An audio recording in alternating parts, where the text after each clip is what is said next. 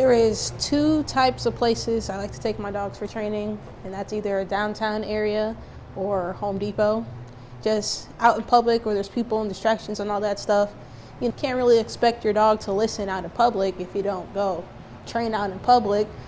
If you just train inside your house and around the neighborhood, then your dog's gonna get really good at that. But when you take them out in public for walks and stuff, like you want to take them out downtown area and they're completely not listening because you haven't practiced enough down there. You haven't worked up to that.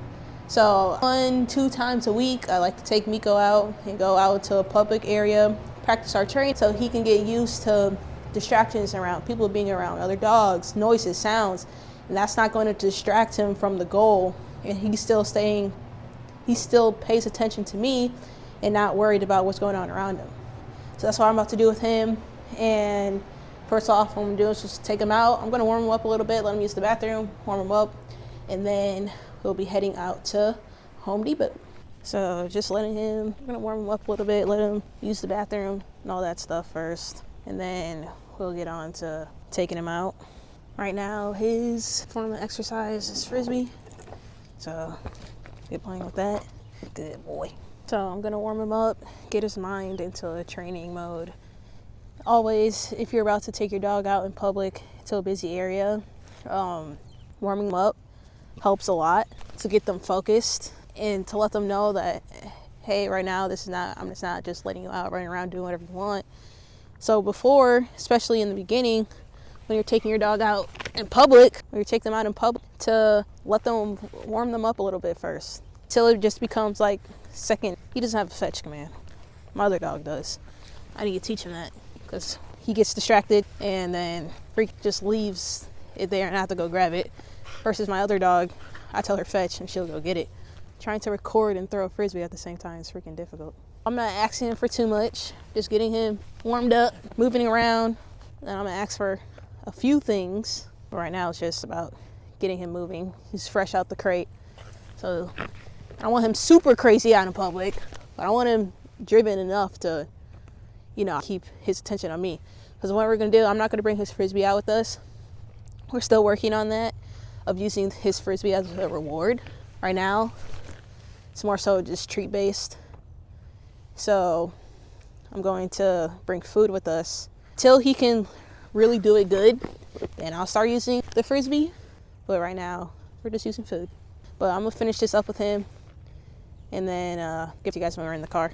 Some things I'll be bringing with me is I like this smaller type of slip lead because when I need to drop the leash, like he's on leash, I can grab this if I need to. Then also I don't have a long leash. Even the 6-foot one kind of gets on my nerves.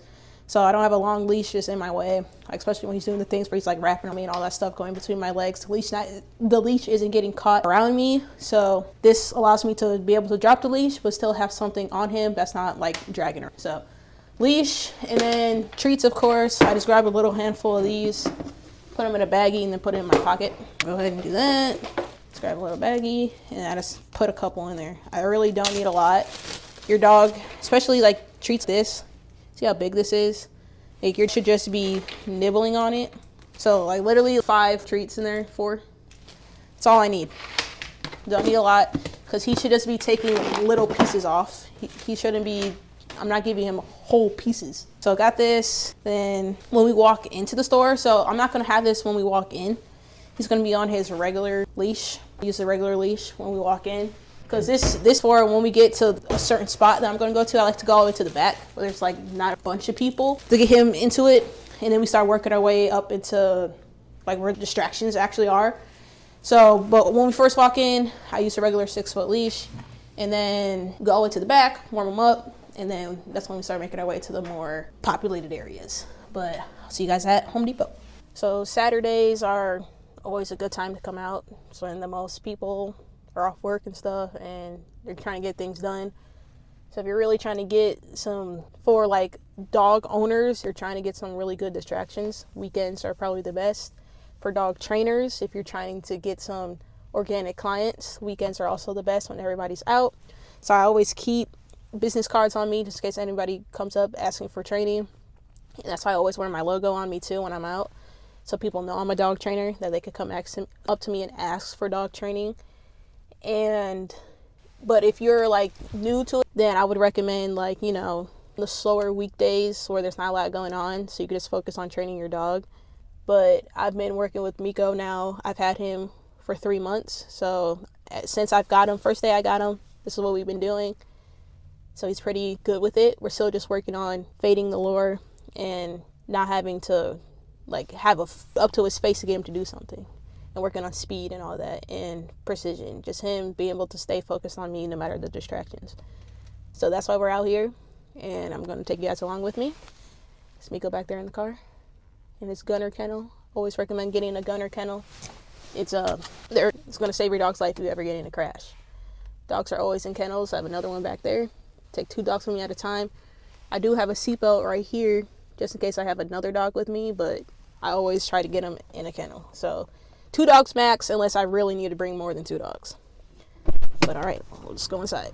I did forget my tripod, so not gonna be able to record everything because I can't do training and have a phone in my hand at the same time. So he knows not to run out. Even when I put his leash on, he still needs to stay in until I tell him he could come out. But like the slippies used to just slip on and all that stuff. Make sure he looks clean. Good boy. Till I say break, and he can't come out. Good. So even when I put his leash on, a lot of dogs, when you put the leash on and you put the collar on, they'll think they can go out. But until he hears break, no matter what, he needs to stay with me. But I'm going to get back to you guys again when I'm at my specific location that I'm going to start doing training at, because hard to do this and have my phone in my hand at the same time. But once I was training with him, I'll turn the camera back on. Hey guys, so I realized that my mic was not connected to my phone. I forgot to plug in the thing that's supposed to go on my phone for it to connect. So what I'm going to do for this is kind of speak over myself in the video and just explain what exactly I'm doing in this and everything. So you can also read the captions if you want to follow along with what I'm actually saying in the store, although the captions aren't exactly correct. But basically what I'm doing here is I took off his 6-foot leash and I am putting the short leash on him. And then we're going to start training now. The short leash allows me to drop the leash and then grab it when needed, and so the leash is not in the way.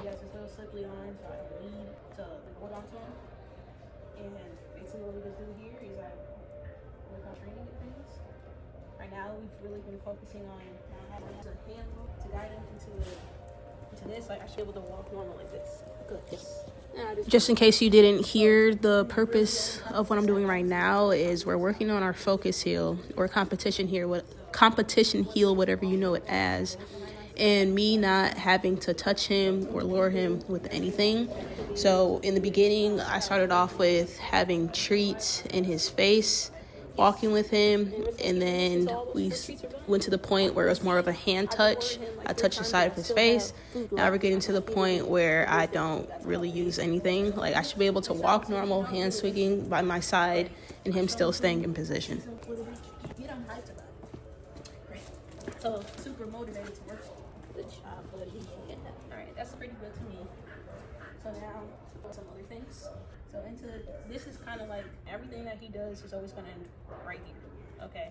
When I tell him with something, when I'm about to tell him to do something, he knows this is the position he wants to be in. Okay.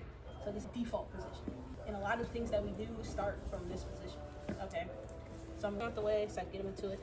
So doing the rotate, take the food around. Yes. Now how we got to this point, obviously there are steps to this. Probably taught him to take rotate a couple weeks actually. I had to taught my other dog this. I had to teach him a little bit differently.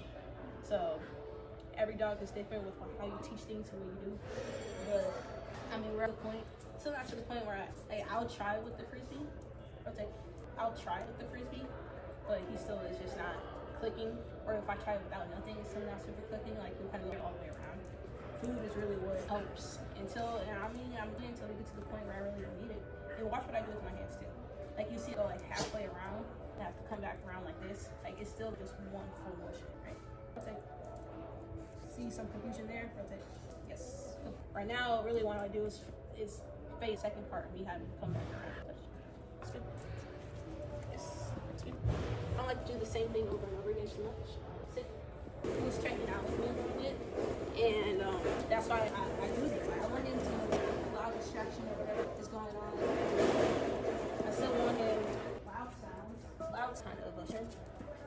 really like coming to Home Depot since all the loud sounds that can go around here. But the loud sounds always kind of freak him. Like, he'll be healing, something happen, he'll break position. Like, I don't want that, you know.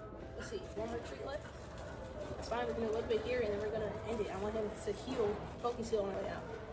You see, I started recording. It's been 7 minutes so far right now. Like, training shouldn't just run for hours a day.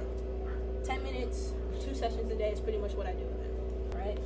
Let's go back into trying to do this thing. Like, yeah. I ended it up with doing some more of his tricks. Handstand is something we haven't worked on a lot, so the fact that he was even giving it to me, I think was pretty cool. So no, I didn't ask him for it. He was just doing it, but it was like, whatever, I'm gonna reward him for it since we don't do it often.